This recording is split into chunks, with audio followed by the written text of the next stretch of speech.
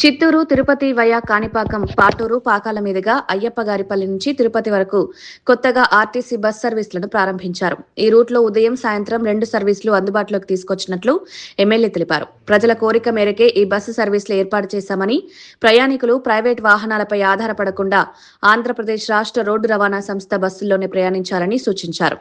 ఈ బస్ సర్వీసుల ఏర్పాటుకు కృషి చేసిన డిఎం కృష్ణమూర్తిని ఎమ్మెల్యే ప్రత్యేకంగా అభినందించారు. గ్రామీణ ప్రాంత ప్రజలకు తిరుపతి వంటి ప్రధాన నగరానికి సౌకర్యవంతమైన రవాణా కల్పించడమే లక్ష్యంగా ఈ నిర్ణయం తీసుకున్నామని చెప్పారు. ఆంధ్రప్రదేశ్లో కూటమి ప్రభుత్వం అధికారంలోకి వచ్చిన తర్వాత స్త్రీ శక్తి పథకంతో పాటుగా ఆర్టీసీ బస్సులో ఉచిత ప్రయాణాలు మహిళలకి కేటాయించిన తర్వాత ఆర్టీసీలో ప్రయాణం చేసే వారి సంఖ్య గణనీయంగా పెరిగింది. గ్రామాల నుంచి కూడా మాకు బస్సులు కావాలన్నటువంటి విజ్ఞప్తి పెరుగుతూ ఉంది.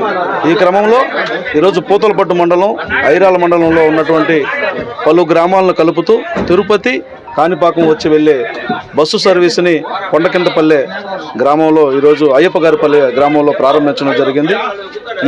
ఈ సర్వీసు తిరుపతి నుంచి కాణిపాకం వెళ్తున్నటువంటి క్రమంలో పూతలపట్టు మండలంలో 6 గ్రామాలని, అలాగే ఐరాల మండలంలో 3 గ్రామాలని, పాకాల మండలంలో కొన్ని గ్రామాలని కలుపుతూ తిరుపతి, కాణిపాకం వరకు కూడా గ్రామీణ ప్రాంతాల ప్రజల అవసరాలకు అనుగుణంగా ఈరోజు సర్వీసును ప్రారంభించడం జరిగింది.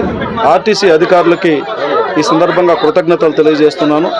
ప్రజా రవాణా అనేది బలపడడం ద్వారా అదనపు ఖర్చులు తగ్గి తలసరి ఆదాయం పెరుగుతుందనేది ఒక ఫార్ములా. ఎందుకంటే ప్రతి ఒక్కరూ వ్యక్తిగత ఆదాయాన్ని